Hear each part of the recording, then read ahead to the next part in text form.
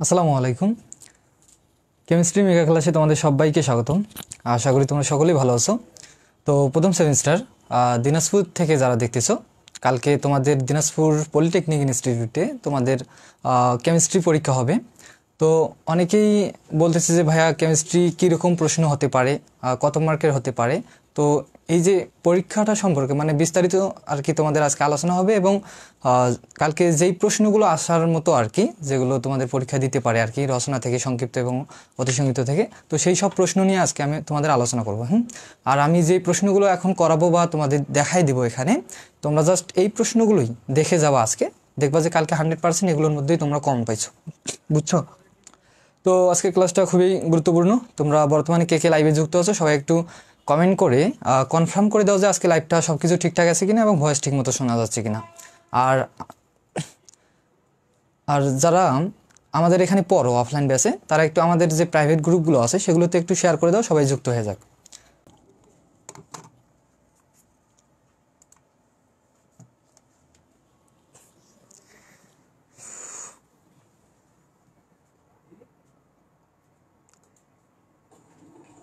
সান কমা, সান কমাও।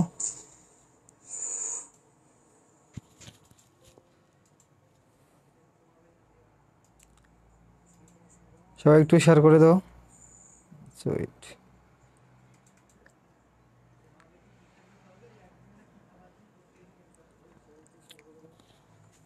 ঠিক আছে। মুস্তাকিম মাসুম, আসসালামু আলাইকুম ভাই। ওয়ালাইকুম আসসালাম। আজকে কেমিস্ট্রি এক্সাম হলো কলেজে? হ্যাঁ, তোমাদের হয়েছে আগে না আবদুল্লাহ আল গালিফ? তো দিনাজপুরে কালকে হবে, তো এই জন্য সবাই বলতেছে যে ভাইয়া যে কেমিস্ট্রি মেগা ক্লাস দিন। তো এই কেমিস্ট্রি ক্লাস শেষে কিন্তু আমরা ফিজিক্স ক্লাস করবো, এটা মাথায় রাখবা। ফিজিক্স, তো যাদের ফিজিক্স আছে তারা একটু ওয়েট করো, আমি এইটা সাজেশনটা দিয়েই তোমাদের ফিজিক্স ক্লাসটা ধরবো আর কি।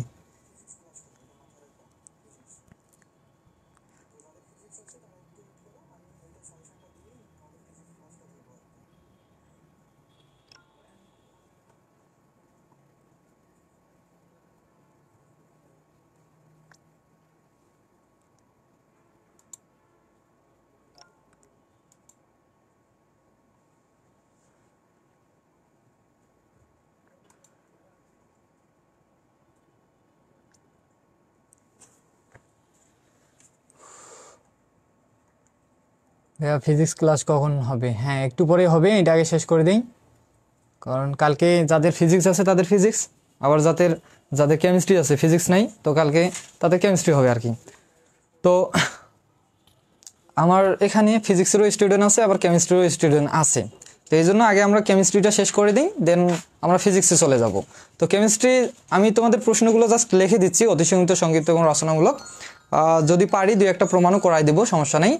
আর এগুলো তো তোমরা করছো, আর আমার একটা কেমিস্ট্রি শিট আছে, যেই শিটটা যারা পড়ছো আর কি, তো দেখবা যে ওই শিট থেকেই আমাদের দিছে আর কি কোশ্চেন কালকে। তো শিটটা যদি আমি তোমাদের একটু দেখাই, কই আছে শিটটা, ওয়েট করো।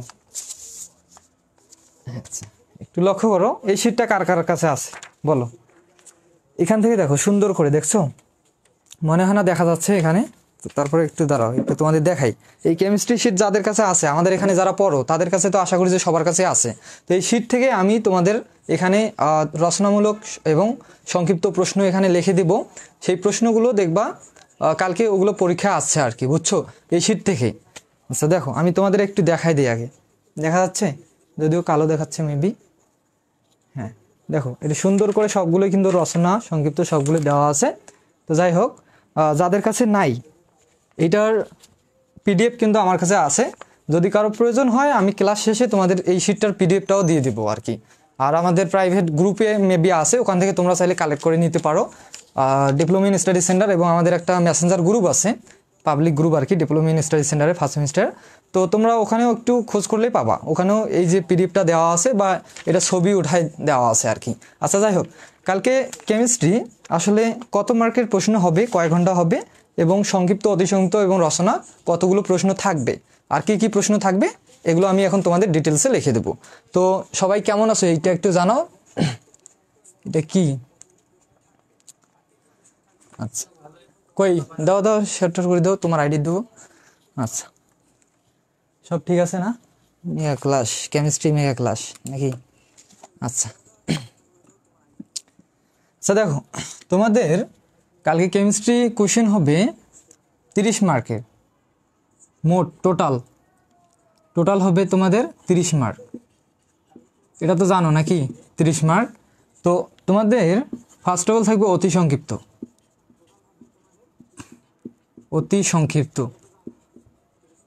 অতি সংক্ষিপ্ত থেকে তোমাদের 5টা কোশ্চেন থাকবে, 1টা 2টা 3টা 4টা 5টা। তো একটাতে 1 মার্ক করে, বুঝছো? একটাতে হচ্ছে 1 মার্ক করে, মোট হচ্ছে টোটাল 5 মার্ক। এইরকম তোমাদের অতি সংক্ষিপ্ত দিয়ে থাকবে, 5টা প্রশ্ন থাকবে, 5টা দিতে পারলেই তোমরা 5 মার্ক পাবা। তো তোমাদের যারা দিনাজপুরে পড়ো তারা জাস্ট 1 থেকে 6 অধ্যায় পড়বা। 1 থেকে 6 অধ্যায়ের যে বোর্ড কোয়েশ্চেনগুলো আছে প্রথমে দেখবা, যাদের হক টেকনিক্যাল বই বা হক বই সমস্যা নাই, দেখবা যে বোর্ড কোয়েশ্চেন 14 সালের উপরে যে প্রশ্নগুলো আছে সেই প্রশ্নগুলো যদি পড়ো 1 থেকে 6 অধ্যায়, তাহলে তোমরা এই যে অতি সংক্ষিপ্তগুলো তোমরা হুবহু কালকে কমন পাবা। এটাই, এখানে আর তোমাদের দাগায় দেওয়ার মতো বা বোর্ডে প্রশ্ন লিখে দেওয়ার মতো আমার অবশ্য টাইমটাও হবে না, কারণ এখন কয়টা বাজে রে? হ্যাঁ 7:30 বাজে, একটু পরে নামাজের টাইম হবে। যদি এই সবগুলো প্রশ্ন এখানে লিখে দিতে যাই তাহলে দেখবা যে আমাদের রচনামূলক প্রশ্ন 2-1টা প্রমাণ আছে, প্রমাণগুলো করার টাইমে পাবো না, বুঝছো? তো এই জন্য আমি বলতেছি 1 থেকে 6 অধ্যায় চ্যাপ্টার অধ্যায় পড়বা 1 থেকে 6। এই যে 1 থেকে 6 অধ্যায়ের মধ্যে যে বোর্ড কোশ্চেনগুলো আছে 14 সালের উপরে, যেগুলো 14-15 সালের উপরে যে বোর্ড কোশ্চেনগুলো আছে ওগুলো 1 থেকে 6 এর মধ্যে পড়বা, তাহলে তোমরা এই 5টা 100% কমন পাবে। এই 5টাতে হচ্ছে 5 মার্ক, অতি সংক্ষিপ্ত থেকে পাবা তোমরা হচ্ছে 5 মার্ক। এবার আসো সংক্ষিপ্ত নিয়ে আলোচনা করি। তো এটা বুঝছো সবাই যে কিভাবে পড়তে হবে? সবাই বুঝে থাকলে বলো যে ভাইয়া হ্যাঁ অতি সংক্ষিপ্ত বুঝছি, কারণ আপনি সংক্ষিপ্ততে চলে যান। যাদের কাছে শিট নাই তো তোমরা আমাদের ইয়ে থেকে কালেক্ট করে নিতে পারবা, সমস্যা নেই। আমি একটু চেক করি, ওয়েট, যদি দরকার হয় কমেন্ট করো, আমি এখানেই তোমাদের শিটের পিকটা পাঠিয়ে দিচ্ছি, সমস্যা নেই। কি হলো এখানে সজল, দেখো তো বাইরে আসছে না কেন? আচ্ছা দেখো, তো আশা করি সংক্ষিপ্ত এগুলো তোমরা পড়লেই মোটামুটি 100% কালকে কমন পাবা ইনশাল্লাহ। তো দেখো এখন আমরা সংক্ষিপ্ততে যাব।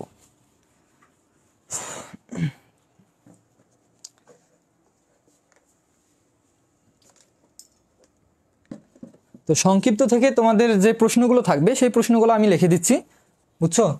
তো যাদের কাছে শিট আছে তোমরা না লিখে নিলেও সমস্যা নাই, কারণ শিটেই আছে প্রশ্নগুলো। আমাদের যে হ্যান্ড নোটসটা আছে, এই যে শিটটা যে আছে আমাদের, এটাতে কিন্তু আছে সংক্ষিপ্ত, বুঝছো? আর যাদের কাছে নাই, যারা আমাদের কাছে পড়ো না অফলাইন বেসে, অন্যান্য জায়গায় পড়ো, যাই হোক যেখানেই পড়ো বা অনলাইন বেসে যারা আছো তাদের কাছে তো এই শিটটা নাই, তোমরা তো কখনো নাও নাই। তো এই শিটটা থেকে আমি তোমাদের এখানে সংক্ষিপ্ত প্রশ্নগুলো লিখে দিচ্ছি, তোমরা জাস্ট বইয়ে দাগায় নাও বা খাতায় লিখে নাও, এই প্রশ্নগুলোই দেখে যাবা, কালকে 100% তোমরা ইনশাল্লাহ কমন পাবা সংক্ষিপ্ত থেকে। তো তোমাদের সংক্ষিপ্ত থেকে প্রশ্ন থাকবে হচ্ছে সংক্ষিপ্ত থেকে 10 মার্ক হবে, বুঝছো? কত মার্ক? 10 মার্ক। সংক্ষিপ্ত থেকে হবে 10 মার্ক।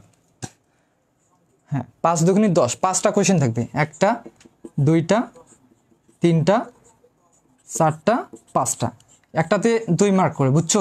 একটাতে হচ্ছে 2 মার্ক করে থাকবে, একটাতে হচ্ছে 2 মার্ক করে থাকবে। তো 5 দুগুণে কত হয়? 10 মার্ক। তোমরা মোটামুটি সংক্ষিপ্ত থেকে 10 মার্ক কালকে অ্যান্সার করতে পারবা, যদি এখন আমি যে প্রশ্নগুলো দেব এই প্রশ্নগুলো যদি ভালো করে আগে থেকে পড়ো আর এখন যদি জাস্ট রিভিশন করো, ইনশাল্লাহ কালকে তোমরা 10 মার্ক অ্যান্সার করতে পারবা। তো প্রশ্নগুলো আসলে কি কি একটু তোমাদের লিখে দিই। মোটামুটি 6 থেকে 7টা বা 8টা প্রশ্ন দেবো, 8টা প্রশ্ন পড়লেই তোমরা এখান থেকে 5টা প্রশ্ন সংক্ষিপ্ত থেকে কমন পাবা ইনশাল্লাহ। তো সবাই বলো দরকার আছে তোমাদের? আসসালামু আলাইকুম ভাইয়া। ওয়ালাইকুম আসসালাম। জি ভাইয়া, বুঝছি ভাইয়া। তো মামা আচ্ছা যাই হোক, এখন আমি তোমাদের প্রশ্নগুলো দেখাই দিচ্ছি, তোমরা একটু কষ্ট করে একটা কাজ করো, একটু পলিটেকনিক যে গ্রুপগুলো আছে বাংলাদেশে, অনেক বলতে তোমরা তো জানো কয়টা পলিটেকনিক, অনেক গ্রুপ আছে, তো ওইগুলোতে একটু কষ্ট করে শেয়ার করে দাও। আর দিনাজপুরে যতগুলো গ্রুপ আছে ওগুলোতে একটু শেয়ার করে দাও। আমি যেহেতু যদিও তোমাদের জন্য রোজা থেকে কষ্ট করে লাইভ ক্লাস নিচ্ছি, তোমরা একটু বসে বসে কি করো, একটু কষ্ট করে শেয়ারটা করে দাও, সবাই যুক্ত হয়ে যাক, সবাই দেখার সুযোগ পাক, বুঝছো? আচ্ছা, তো কোশ্চেনগুলো আমি এখন সংক্ষিপ্ত লিখে দিচ্ছি, তোমরা জাস্ট দাগায় নিবা বা লিখে নিতে পারো বা স্ক্রিনশট দিয়ে নিতে পারো, সমস্যা নেই। সদল কই যাও, কই গেল খাতাটা?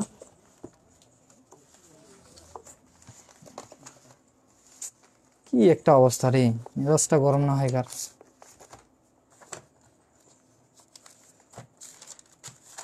আচ্ছা, এগুলো লিখতে লিখতে তো অনেক সময় লাগবে রে। আচ্ছা, একটু শর্টকাট করে লিখে দিই। 1 নম্বরে পড়বা হচ্ছে 1 নম্বরে পড়বা হচ্ছে পলির বর্জন নীতি সম্পর্কে আলোচনা করো। পলির বর্জন নীতি সম্পর্কে আলোচনা করো। হ্যাঁ, এটা পড়বা 1 নম্বরে। তো 2 নম্বরে কি পড়বা, এগুলো হচ্ছে সংক্ষিপ্তর জন্য। তোমরা এগুলো পড়ছো, সমস্যা নেই, তোমরা এক অধ্যায় এটা পড়ছো, পলিবর্জন নীতি কাকে বলে। তো তারপর পড়বো isotope, isotone, isobar. Isotope, isotone, isobar, এগুলো তো শর্টকাটে সবাই জানো নাকি, আইসোটোপ কাকে বলে, আইসোটন কাকে বলে, নাকি বোঝাই দিতে হবে বলো তো? যদি লাগে আমি বোঝাই দেবো, বোঝাই দিতে গেলে কিন্তু নামাজের টাইম শেষ হয়ে যাবে, বুঝছো? তো আমি জাস্ট লিখে দিচ্ছি, তোমরা বই একটু সুন্দর করে, বা আমাদের নোটসটা যাদের কাছে আছে তারা দেখবা যে সুন্দর করে সাজায় গোছায় দেওয়া আছে শর্টকাট করে। নোটসটা একটু একবার করে রিভিশন করবা, দেখবা যে কালকে পরীক্ষায় তোমরা খুব ইজিলি প্রশ্নগুলো অ্যান্সার করতে পারতেছো। তো আইসোটোপ প্রথমে কি লিখছি, আইসোটোপ। হ্যাঁ, আইসোটোপ, তারপর আইসোটন, আইসোটন, আইসোবার, আইসোবার। যদি এগুলো না বুঝে থাকো আমাকে বলো, একটু বুঝাই দেবো, সমস্যা নেই। আচ্ছা, তারপর পড়বা হচ্ছে 3 নম্বরে পড়বা হচ্ছে অরবিট ও অরবিটালের মধ্যে সম্পর্ক বা পার্থক্য যেটা ছক আকারে আছে, অরবিট ও অরবিটাল। অরবিট ও, আমাদের মনে রাখবা যে আমাদের ফিজিক্স ক্লাসও নিতে হবে, তো এই জন্য আমি জাস্ট শর্টকাট টেকনিক দিয়েই তোমাদের কালকে পরীক্ষা দেওয়ার মতো, মোটামুটি মার্ক ওঠার মতো একটা সাজেশন দিচ্ছি, তোমরা জাস্ট ফলো করো। অরবিট ও অরবিটাল, অরবিটাল, পার্থক্য। হ্যাঁ, লেখা না বুঝলে বলেও সমস্যা নেই। তারপর পড়বা 4 নম্বরে পড়বা হচ্ছে যোজ্যতা কি, ইলেকট্রন মতবাদ বর্ণনা দাও। যোজ্যতার ইলেকট্রন মতবাদ বর্ণনা দাও। যোজ্যতা কি, যোজ্যতা কি, যোজ্যতা কি, ইলেকট্রনীয় মতামত দাও। ইলেকট্রনীয় মতবাদ দাও। বা বিস্তারিত আলোচনা করো, এরকম কোশ্চেন একটা আছে, সংক্ষিপ্ততে দেখবা। তারপর 5 নম্বরে পড়বা, তোমাদের মনে রাখবা যে সংক্ষিপ্ত থেকে জাস্ট 5টা কোশ্চেন থাকবে, 10 মার্ক, একটাতে 2 মার্ক করে। তো আমি শুধু 5টা দিব, মানে তাহলে তো নকল হয়ে গেল, বুঝো নাই? তো জাস্ট 3-4টা বেশি করে দিই, 5টা দেবো আর 3-4টা বেশি দেবো, জাস্ট এই কাটা পড়লেই তোমরা দেখবা যে সংক্ষিপ্ততে কমন আসছে, বুঝছো? তারপর এটা পড়বা সি, কার্বন ডাইঅক্সাইড। সংকেতটির তাৎপর্য লেখো।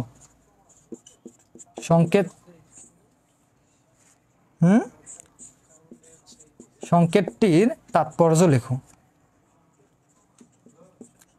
তাৎপর্য লিখো, এটা পড়বা। হ্যাঁ, 5 নম্বরে। তো এই 5টা একটু ইম্পর্টেন্ট দেখে আমি 5টা আগে দিলাম, তারপরে আর কয়েকটা দেবো, এই কয়েকটা পড়লেই তোমরা 5টা 100% কমন পাবো। যদি এই 5টা থেকে না আসে, তাহলে এখন যে কয়টা লিখে দেবো এই কয়টা থেকে তোমাদের ইনশাল্লাহ আসবে মোটামুটি 5টা। হ্যাঁ, এগুলো সবার স্ক্রিনশট দেওয়া নেওয়া হয়েছে আশা করি। এখন আমি মিশাই দেবো, বলো, মিশাই দিচ্ছি, কিন্তু মিশাই দিলাম, স্ক্রিনশট দিয়ে নাও যদি দরকার হয়। কমেন্ট করতেছে কেউ?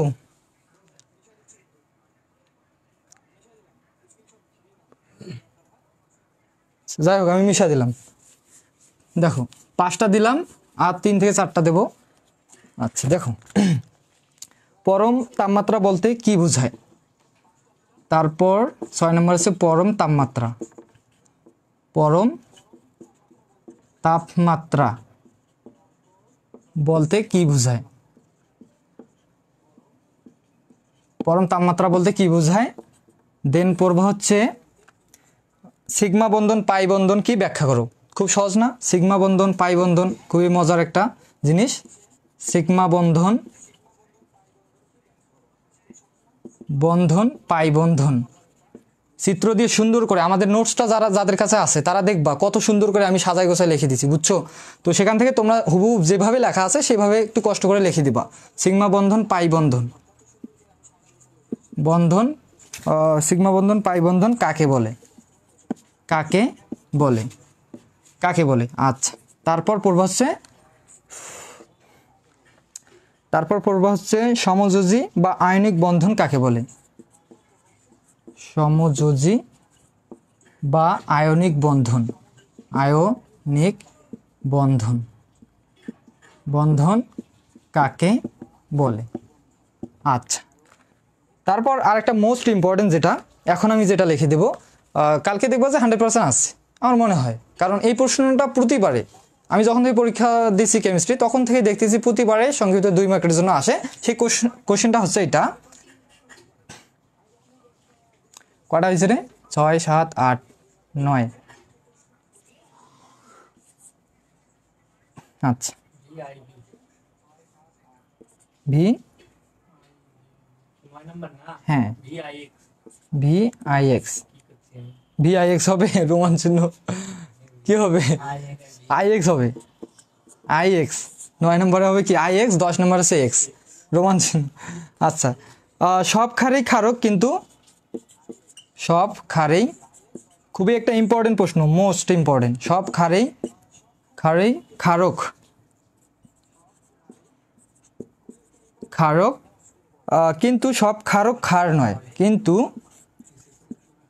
কিন্তু এসএসসির পড়া না, কিন্তু সব, হ্যাঁ এসএসসির পড়া, সব ক্ষারই ক্ষারক কিন্তু সব ক্ষারক ক্ষার নয়, সব ক্ষারক ক্ষার নয়,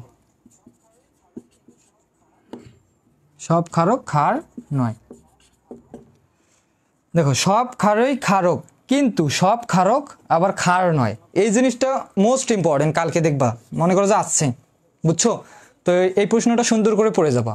তো পাঁচটার মধ্যে একটা কিন্তু 100% দিয়ে দিলাম, আর 4টা যে প্রশ্নগুলো দিলাম, এই যে হয় এটা আসতে পারে বা সিগমা বন্ধন পাই বন্ধন এগুলোর মধ্যে আসতে পারে, এগুলো আমাদের নোটসটা দেখে ওখানে যেভাবে দেওয়া আছে সুন্দর করে শর্টকাটে যেভাবে লেখা আছে হ্যান্ড নোটসটা, সেই অনুযায়ী তোমরা জাস্ট লিখে দেবা, বুঝছো? বেশি পাকনামিগিরি করতে যাইও না আবার, তাহলে দেখবা যে কালকে ভুলে গেছো। অনেকে আছে এই নিজে একটু ইয়া করে তো, বেশি মানে পাকনামিগিরি করে তো। আচ্ছা দেখো, আর একটা পড়বা শেষে, সেটা হচ্ছে পিএইচ কি, বা পিএইচ এর সীমা কত? তো আশা করি এই যে প্রশ্নগুলো 10টা দিয়ে ফেলছি, হ্যাঁ বেশি করে দিয়ে ফেলছি, 5টা আসবে 10টা দিয়ে ফেলছি। তো এই 10টা সংক্ষিপ্ত প্রশ্ন পড়বা, 100% দেখবা যে এই 10টার মধ্যে 5টা কালকে কমন পাইছো, আর 10টা তো পড়া আহামরি তেমন কঠিন কিচ্ছু না, 2 মাস ধরে পড়তেছো, 2 মাস ধরে কেমিস্ট্রি পড়তেছো, তাহলে 2 মাসে মনে করো যে 4-5 দিন নিয়ে যদি একটা কোশ্চেন করে পড়ো, তারপরেও তো তোমাদের 10টা হয়ে যায়, বুঝো নাই? তো এই প্রশ্নগুলো কিন্তু আগেই পড়ে আসছো, জাস্ট এখন আজকে জাস্ট আমি যে 10টা দিলাম এই 10টা রিভিশন করে যাও, রিভিশন করে গেলে 100% কালকে কমন পাবো, আর সুন্দর করে লিখে দিলেই তোমরা এখান থেকে 10 মার্ক অ্যাটেন্ড করতে পারবা, 10 মার্ক। আর সংক্ষিপ্ত যেগুলো আমি বললাম, সংক্ষিপ্ত থেকে তোমাদের আসবে 5 মার্ক, সেখান থেকে তোমরা যেটা বললাম যে 1 থেকে 6 অধ্যায়ের মধ্যে যে অতি সংক্ষিপ্ত প্রশ্নে যে বোর্ড কোয়েশ্চেনগুলো আছে 14 সালের উপরে, মানে 22, 23, 20, 19 এই যে বোর্ড কোয়েশ্চেনগুলো আছে সেগুলো তোমরা ভালো করে দেখে যাবা, দেখলেই তোমরা অতি সংক্ষিপ্ত থেকেও 100% কমন পাবা, বুঝছো? 5টা, আর এখান থেকেও তোমরা 5টা যে দিলাম 10টা এখান থেকে কমন পেয়ে যাবে। এখন আসো রচনাতে, বুঝছো? এখন আসো রচনাতে, সবাই বুঝছো আশা করি? দেখছি কি যে কে বলতেছে ক্লাস করি ভাইয়া, ফিজিক্স মেগা ক্লাস কখন? হ্যাঁ এরপরেই মেগা ক্লাস হবে, সমস্যা নেই। তো সবাই স্ক্রিনশট দিয়ে নাও, স্ক্রিনশট দিয়ে নেওয়া হইলেই আমরা এগুলো মিশিয়ে দিয়ে রচনাতে চলে যাব। যাই হোক, সবার আশা করি হয়েছে, আমাদের টাইমও হচ্ছে। তো আমাদের কেমিস্ট্রি ক্লাসটা কিন্তু এখনো অনলাইনে তোমাদের নেওয়া হয় নাই আর কি এখানে। তো পরীক্ষার পর তো ঈদের পর আর কি 6 তারিখ থেকে আমাদের সকল কার্যক্রম শুরু হবে ঈদের পর। তো তখন আমরা চেষ্টা করব আর কি, আমি চেষ্টা করব যে তোমাদের ফ্রিতেই কেমিস্ট্রি ক্লাসটা অন্তত দেওয়ার, কারণ অনেক স্টুডেন্ট কেমিস্ট্রি খুব ভালো পারে, আবার অনেক স্টুডেন্ট কিচ্ছু পারে না, এমনও স্টুডেন্ট আছে দেখবো যে কিচ্ছু পারে না কেমিস্ট্রি, আবার এমনও স্টুডেন্ট আছে যে ছাত্রদের থেকেও বেশি পারে, এমনও হয়। তো তাদের জন্য আর কি আমি চেষ্টা করবো যে ফ্রিতেই কেমিস্ট্রি ক্লাসটা অন্তত দেওয়ার। 1 থেকে যতগুলো অধ্যায় আছে, 14 বা 15টা অধ্যায় আছে, যতগুলো অধ্যায় আছে প্রত্যেকটা অধ্যায় ভিত্তিক ক্লাস দেওয়ার, একদম বেসিক থেকে একদম ইম্পর্টেন্ট বলো যাই বলো যা আছে বেসিক থেকে সবগুলো নিয়ে আলোচনা করব, বুঝছো? তো যাই হোক, এখন আমরা রচনাগুলো আগে দেখি, গল্প করার টাইম হবে কারণ তোমাদের কালকে পরীক্ষা, সময়ও নেই হাতে। হ্যাঁ, আবার ফিজিক্স নেব একটু পরেই। তো এবার আসো রচনাতে বেশি দিব না, বুঝছো? রচনাতে জাস্ট কয়টা আসবে দেখো, রচনা রচনাতে তোমাদের মার্ক থাকবে মোটামুটি 30 মার্ক, যেহেতু না কত, তাহলে 3 5 15 মার্ক থাকবে, বুঝছো? কত মার্ক? 15 মার্ক। রচনাতে থাকবে 15 মার্ক, সেটা তোমাদের 4টা কোশ্চেন থাকবে, দিতে হবে 3টা। 4টা কোশ্চেন থাকবে, দিতে হবে কয়টা? 3টা। 3 5 15, হ্যাঁ 15, আর ওইদিকে হলো 10 আর 5 30, মোটে হচ্ছে 30 মার্ক। তাহলে কি কি থাকতে পারে কোশ্চেন? 1 নম্বরে প্রথম অধ্যায় থেকে দেখবা কোয়ান্টাম সংখ্যা কাকে বলে। এটা অনেক ইম্পর্টেন্ট তোমাদের সাথে। কোয়ান্টাম সংখ্যা কাকে বলে আলোচনা করো। কোয়ান্টাম সংখ্যা সবাই তো জানো নাকি কোয়ান্টাম সংখ্যা কাকে বলে, নাকি বলতে হবে, নাকি এটা প্রমাণ করে দেখাইতে হবে? কোয়ান্টাম সংখ্যা খুবই সহজ একটা প্রশ্ন, কাকে বলে বা 1 অধ্যায় থেকে তোমাদের আসতে পারে। এইটা না হয় আরেকটা জিনিস আসতে পারে, যেটা তোমাদের আগের বার আসছিল আর কি মিড টার্ম পরীক্ষায়, সেটা হচ্ছে 2 নম্বরে দেই, ওটাও দেই, যে পরমাণুর মূল কণিকা কি বর্ণনা দাও। মূল কণিকা কি বর্ণনা দাও। মূল কণিকা 2 নম্বর প্রশ্নে আছে, দেখো মূল কণিকা 22-23 সালে আসছে, খুবই ইম্পর্টেন্ট একটা প্রশ্ন। যদি কোয়ান্টাম সংখ্যা না দেয় তাহলে মূল কণিকাটা দেওয়ার সম্ভাবনা আছে। মূল কণিকা কি বর্ণনা দাও। মূল কণিকা কি বর্ণনা দাও। মূল কণিকা কি বর্ণনা দাও। এই 1 অধ্যায় থেকে, এগুলো হচ্ছে 1 অধ্যায়ের ম্যাথ, বুঝছো? প্রথম অধ্যায়, তো যাই হোক প্রথম অধ্যায় লিখে দিচ্ছি না, জায়গা নেই। প্রথম অধ্যায় থেকে তোমরা এই মিড টার্ম বলো আর ফাইনাল বলো, ফাইনালের জন্য মানে এখন এমনভাবে পড়বা যেন ফাইনালে আর পড়তে লাগে না, বুঝছো? এখন এমনভাবে পড়বা এই 2টা প্রশ্ন ফাইনালের জন্য হয়ে যাবে। এই 2টার মধ্যে যে কোনো একটা 100% আসবে কি আসবে, মাস্ট। মানে এই অধ্যায় থেকে এই 2টার মধ্যে যে কোনো একটা প্রশ্ন আসবে কি আসবে, এটা মাথায় রাখবা। তো তারপর পড়বা হচ্ছে আইসোটোপ, আইসোটোন, আইসোবার, নাকি ওটা তো দেখলাম তোমাদের সংক্ষিপ্ততে। আচ্ছা, এবার 2 নম্বরে, এটা 2 নম্বর দিছি, তাহলে 3 নম্বরে দেখো। 3 নম্বরে পড়বা আদর্শ গ্যাসের সমীকরণ। আদর্শ গ্যাসের সমীকরণ বা পিভি ইজ ইকুয়াল টু হচ্ছে এনআরটি। খুবই মজার একটা প্রমাণ, বুঝছো? পিভি ইজ ইকুয়াল টু হচ্ছে এনআরটি। এই যে এটা একটু ইম্পর্টেন্ট আছে, 95%, কালকে আসার মতো, বুঝছো? তো এইটা প্রমাণটা অনেকেরই কনফিউশন, ভাইয়া করতে পারি না, কি কি যে করা আছে আমি বুঝি না। তো এই প্রমাণটা আমি করাই দিচ্ছি, একটু পরে, সমস্যা নেই। আগে আমরা রচনামূলক কয়টা প্রশ্ন থাকবে এগুলো আগে দেখে নিই। আচ্ছা, তারপর হচ্ছে 4 নম্বর আইভি। 4 নম্বরে তোমরা পড়বা হচ্ছে আয়নিক যৌগের বৈশিষ্ট্যগুলো আলোচনা করো। আয়নিক যৌগ ফাইনালের জন্য খুবই ইম্পর্টেন্ট। আয়নিক যৌগ,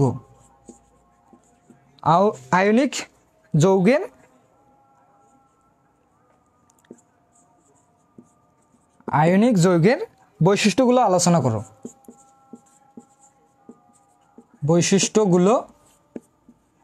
আলোচনা করো। তোমাদের কেমিস্ট্রি ক্লাসটা মূলত আমি নেব না আর কি, যেটা বললাম যে ঈদের পরে যে তোমাদের বেসিক থেকে ক্লাসটা নেওয়া হবে কেমিস্ট্রির ফুল অধ্যায়ের, মানে প্রথম থেকে 15 অধ্যায়ের আর কি। তো ক্লাসটা নিবে তোমাদের কালকে যারা ক্লাস করছিলাম মেগা ক্লাস ইংলিশ, তো তোমাদের যে হাজিদানেশের যে ভাইয়াটাকে দেখছিলা, স্বাধীন ভাইয়া, তো উনি তোমাদের কেমিস্ট্রি ক্লাসটা আর কি নিয়ে থাকে অফলাইন ব্যাসে, অনলাইনেও কেমিস্ট্রি ক্লাসটা নিবে আর কি, বুঝছো? তো না তোমরা তো কালকে যারা ক্লাস করছো ওনার বিষয়ে বিস্তারিত কালকেই জেনে গেছো। হাজিদানেশ থেকে অনেক আগেই সিভিল ইঞ্জিনিয়ারিং নিয়ে পাস করছে অনেক আগেই, তো এখন জবের জন্য প্রিপারেশনে আছে। তো উনি এখন আমাদের এখানে আমার প্ল্যাটফর্মে উনি বর্তমানে ক্লাস নিচ্ছে, বুঝছো? উনি ইংলিশ নেয় এবং কেমিস্ট্রিটা নেয়। তো অনলাইনেও আমি যেটা বললাম ঈদের পর কেমিস্ট্রি ক্লাসটা উনি নিবে, আমি চেষ্টা করবো ফ্রিতেই দেওয়ার, বুঝছো? আচ্ছা, এটা পড়বা। তারপর হচ্ছে 5 নম্বরে পড়বা হচ্ছে তোমরা বাফার দ্রবণ কাকে বলে। বাফার দ্রবণ কাকে বলে। তো এই প্রশ্নটা তোমরা ফাইনালের জন্য ধরে রাখো, এটাও 100% দিলাম না, যদিও 100% দেবো আমি ফাইনাল পরীক্ষার সময়, এখন আপাতত মনে রাখো 95% ফাইনালের জন্য। কালকেও ইম্পর্টেন্ট আছে, কালকেও 95% আসার মতো সম্ভাবনা, বুঝছো? এই প্রশ্নটা PV is equal to nRT, তারপর কোয়ান্টাম সংখ্যা বা মূল কণিকাগুলো কী কী, এগুলো তো জানো যে মূল কণিকা কী কী, ইলেকট্রন, প্রোটন, নিউট্রন, নাকি এগুলো তো সব জানো। কোয়ান্টাম সংখ্যা কাকে বলে এগুলো তো সবই জানো, জাস্ট অনেকেরই কনফিউশন এই প্রমাণটাতে। আমি একটু এই প্রমাণটা করে দিয়ে লাইভ ক্লাসটা শেষ করে দেবো, বুঝছো? তো এই প্রশ্নগুলো সবাই আগে স্ক্রিনশট দিয়ে নাও, আমি কিন্তু মিশাই দেবো।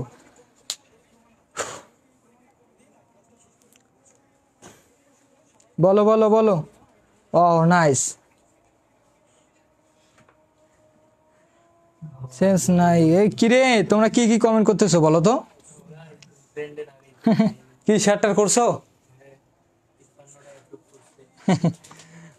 স্ক্রিনশট নেওয়া হয়েছে? বলো কয়টা বাজে দেখো তো, প্রমাণটা করে দিয়েছে। 48 বাজে। তোমাদের নামাজ পড়ে আসে ফিজিক্স। ফিজিক্স ওয়েট করো, এটাকে শেষ করে দিই তারপর ফিজিক্স করব। ফিজিক্স ফিজিক্স তোমাদের বেশ কয়েকটা প্রমাণ করাই দেবো, সমস্যা নেই। যারা ফিজিক্স এখানে আসো তারা একটু ওয়েট করো, আমরা ক্লাসটা শেষ করে দিই, নামাজ পড়ে আসে ফিজিক্সটা শুরু করে দেবো, বুঝছো? আচ্ছা, তো এটা একটু মিশাই দিই।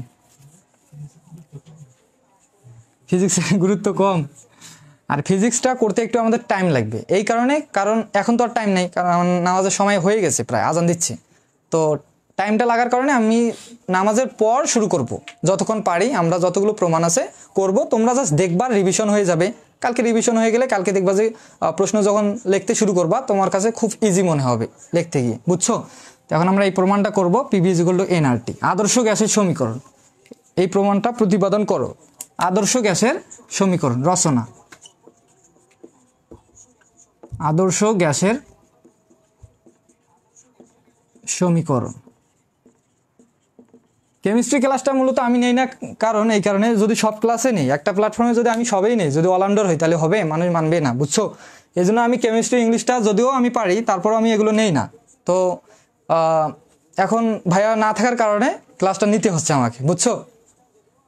ভাইয়া না থাকার কারণে, একটু ব্যস্ততার কারণে, যেহেতু তোমাদের কালকে পরীক্ষা, আবার সবাই বলতেছো ভাইয়া মেগা ক্লাস, আমি কিন্তু দিতে চাই নাই, তারপরও তোমাদের এই যে সবার রিকোয়েস্টে আমাকে ক্লাসগুলো দিতে হচ্ছে। আচ্ছা, তো আদর্শ গ্যাসের সমীকরণ সেটা কি থাকবে? পিভি ইজ ইকুয়াল টু হচ্ছে nRT. PV is equal to nRT.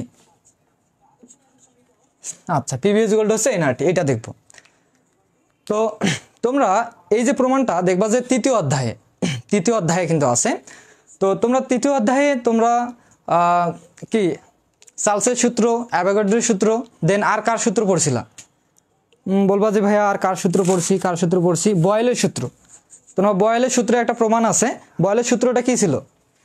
যে যদি আগে তোমাদের একটা চিত্র দিয়ে বুঝাই, তাহলে বুঝতে সুবিধা হবে। মনে করো একটা বেলুনটা একটা গোল, সাপোজ একটা বেলুন দিলাম, বেলুনের একটা দিই, মানে এটা হচ্ছে ধরার মতো জিনিস, একটা বেলুন।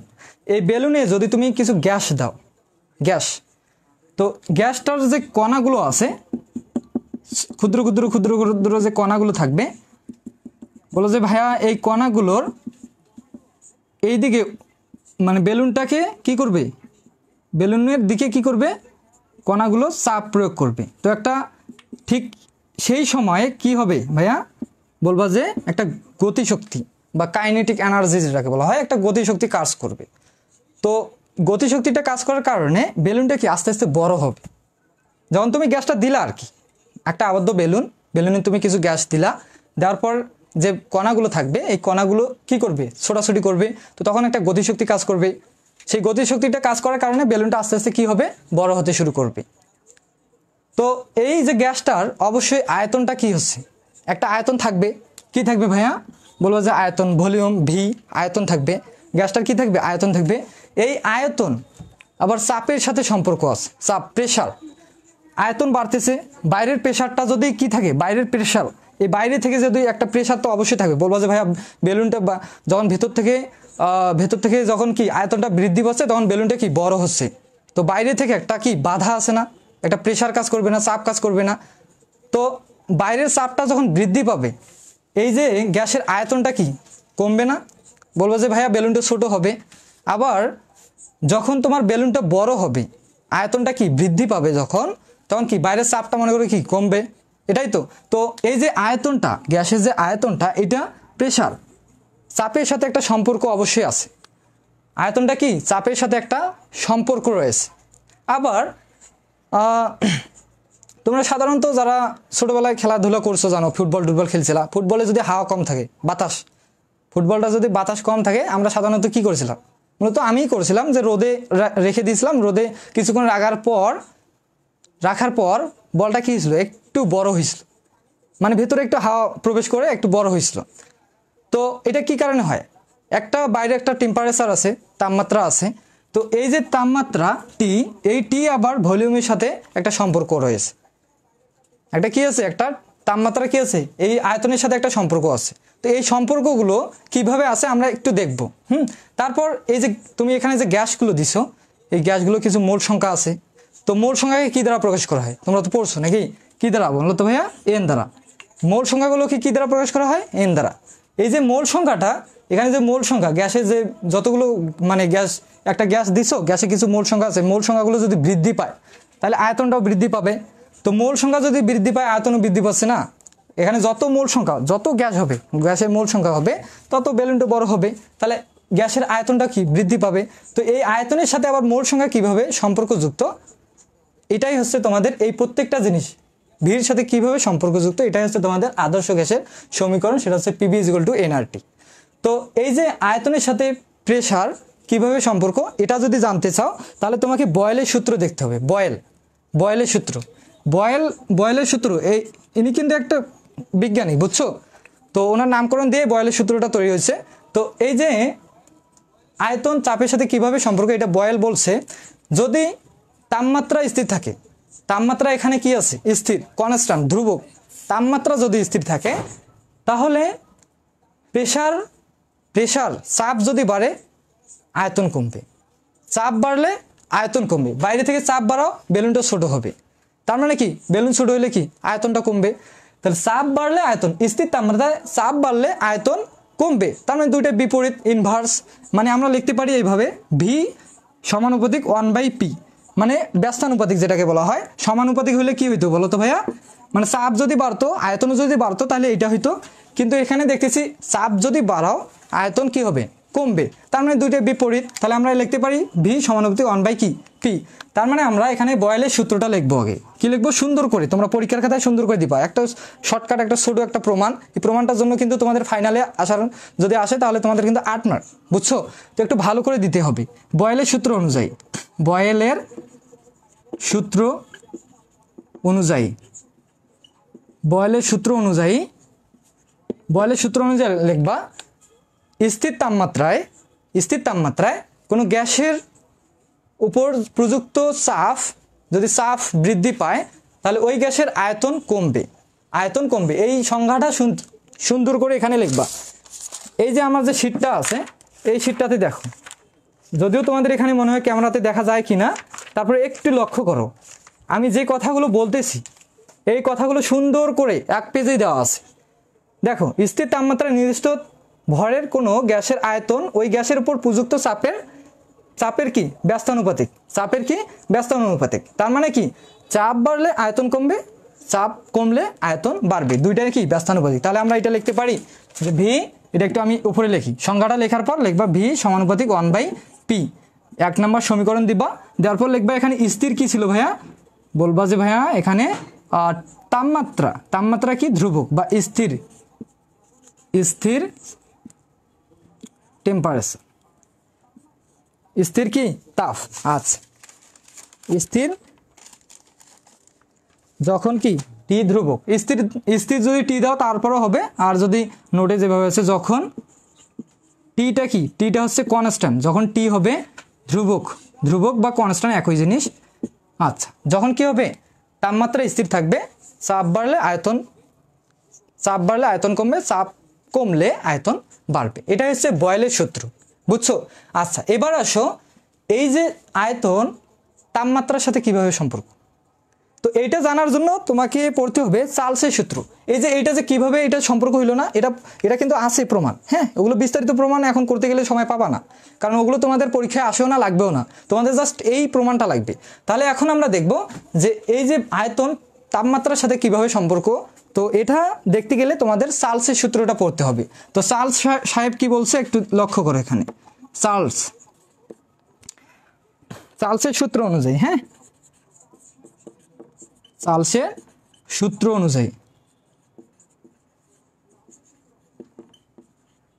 সূত্র অনুযায়ী দেখো, আমি ফার্স্টেই বলছিলাম তাপ যদি উপর থেকে তাপ দাও, টেম্পারেচার তাপমাত্রা বাড়াও, তাহলে কি হবে?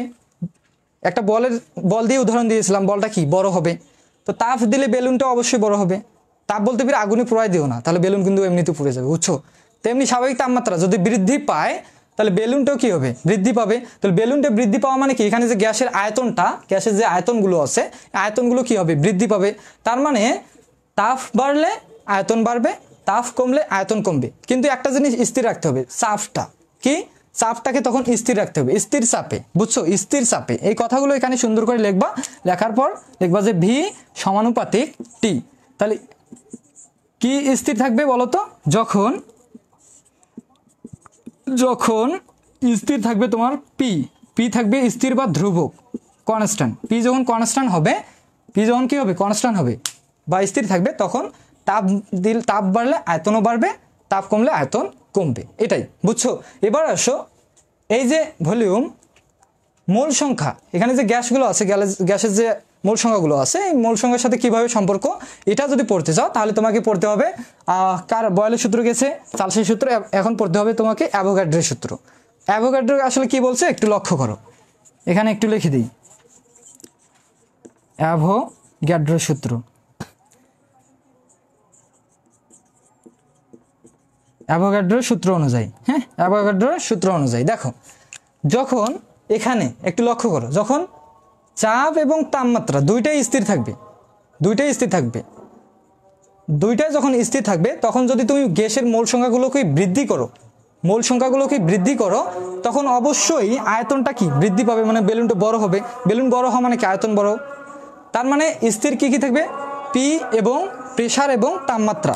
তাহলে আমরা লিখতে পারি ভি সমানুপাতিক মোল সংখ্যা, মোল সংখ্যা বাড়লে আয়তন বাড়বে, মোল সংখ্যা কমলে আয়তন কমবে। এই জন্য দুইটাই কি সমানুপাতিক।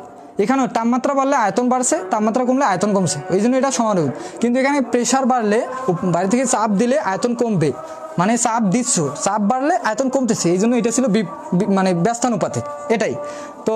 এখানে স্থির কি কি, তিনটা সমন্বয় করো, তিনটে সমন্বয় করার পর যখন স্থির থাকবে, স্থির যদি না থাকে তাহলে কিন্তু কখনোই হবে না। যখন প্রেসার ও তাপমাত্রা কি থাকবে, ধ্রুবক, ধ্রুবক থাকবে, কনস্ট্যান্ট থাকবে, তখন কি হবে, মোল সংখ্যা বাড়লে আয়তনটা বাড়বে। তো এই যে তিনটা জিনিস, ভলিউম বা আয়তনের সাথে কিভাবে সম্পর্ক, আমরা তিনটা সায়েন্টিস্ট, তিনটা বিজ্ঞানীর সূত্র অনুযায়ী আমরা দেখে ফেললাম। তো এইটা কিভাবে হইলো, এটার আলাদা প্রমাণ আছে অবশ্যই, এটারও আলাদা প্রমাণ আছে, এটারও আলাদা প্রমাণ আছে। যদি এগুলো তোমাদের লাগবে না দেখে আমি আবারও বলতেছি, এগুলো করার এখন দরকার নাই, জাস্ট এই প্রমাণটা এভাবে করে দিলেই তোমাদের 8 মার্ক, ফাইনালে মিড টার্মের জন্য 5 মার্ক। আচ্ছা, এখন আসো এই সমীকরণটা আসলে কিভাবে হইলো। এখানে তো তোমরা এগুলো দেখলা, কিভাবে সম্পর্ক দেখে ফেললা, তাহলে এখন এই সমীকরণটা কিভাবে আসলো, এখন আমরা এই সমীকরণটা প্রতিপাদন করব। তো এখান থেকে সবাই কি ক্লিয়ার? সবাই বলো যে ভাইয়া ডান, সবাই ক্লিয়ার বলো যে ডান। তুমি একটা ইনবক্সে আমার মেসেজ দিয়ে রাখো, কে সবাই বলো ডান। আমি সমীকরণটা প্রতিপাদন করাই দিই। চিত্র কি আঁকতে হবে? বাফার দ্রবণটা বোঝান। এত আজান দিয়ে দিল, আমি কি করব বলো তো? পদার্থ ক্লাস কেউ একটু বলিও। আরে হ্যাঁ, ক্লাস তো নেব। আরে আজান দিয়ে দিচ্ছে, আমি এখন কি করব বলো তোমাদের? তারপর আমি চেষ্টা করলাম এটা দেওয়ার। নেক্সট টাইম আমাদের যারা আমার স্টুডেন্ট আসো, তাদের কাছে এই শিট আছে, তোমরা একটু কষ্ট করে এই শিট থেকে পড়ে যাও আমি যেগুলো বললাম, বুঝছো? আর যাদের কাছে নাই, যারা আমাদের কাছে পড়ো না, দিনাজপুর পলিটেকনিক থেকে যারা দেখতেছো, তারা চাইলে এখনও আমাদের এখানে ভর্তি হতে পারবা, অফলাইন ব্যাচে এবং অনলাইন ব্যাচে। যেখানেই ভর্তি হও সব কিছুই তোমরা ফ্রিতেই পাবা। এই যে suggestion notes, hand notes, T shirt, others যাবতীয় যতগুলো জিনিস আছে সবগুলোই ফ্রিতে পাবা। এখনও টাইম আছে। ক্লাস শুরু হবে 6 তারিখ থেকে, ঈদের পর 6 তারিখ বাসা থেকে আসেই তোমরা আমার কোচিংয়ে চলে আসিও, তখনও তোমরা সব কিছু ফ্রিতেই পাবা, বুঝছো? তো যাই হোক, এখন আমরা প্রতিবেদনটা দেখাই দিই যে আসলে কীভাবে হলো এই তিনটা সমীকরণ থেকে। হ্যাঁ, এটা একটু মিশাই দিই, এটা একটু মিশাই দিই। চিত্রটা এমন আহামরি কঠিন কিছু না যে চিত্র দিব কি দিব না, মানে না দিলেও সমস্যা নেই, যদি দিতে পারো দিবা। এটা কঠিন কিছু দিছি, চিত্রের একটা বেলুন আট করে বুঝাই দিলাম। আচ্ছা দেখো, তাহলে এই প্রতিবেদনটা মানে এই সমীকরণটা দেখার জন্য তোমাকে এই তিনটা সমীকরণ একটু কি করতে হবে, সমন্বয় করতে হবে, এক জায়গায় করতে হবে। সেটা কি দেখো, 1, 2 ও 3 নং ও 3 নং সমীকরণ হতে, সমীকরণ হ্যাঁ, অত বিস্তারিত লিখলাম না, যদিও আজ আমি আমার এই সাজেশনটা থাকার কারণে আমার ক্লাসগুলো নিতে সুবিধা হয়, এই কারণেই যে বিস্তারিত লিখতে হয় না সব কিছু ডিটেলসে, কারণ সব কিছু তো সাজেশনে হ্যান্ড নোটসে দেওয়াই আছে, বুঝো নাই? তো 1, 2 ও 3 নং সমীকরণ হতে একটু লক্ষ্য করো এখানে কমন কোন কোন জিনিসগুলো। বলবো যে হ্যাঁ কমন হচ্ছে ভি সমানুপাতিক, ভি সমানুপাতিক চিহ্ন, ভি সমানুপাতিক চিহ্ন। তো কমন জিনিসটাকে তুমি আগে নিয়ে নেবা, 3টা থেকে কি করে নিবা, একটা নিয়ে নেবা, এটা একটা 2টা, 3টা থেকে একটাকে নিয়ে নেবা, ভি সমানুপাতিকটাকে নিয়ে নেবা।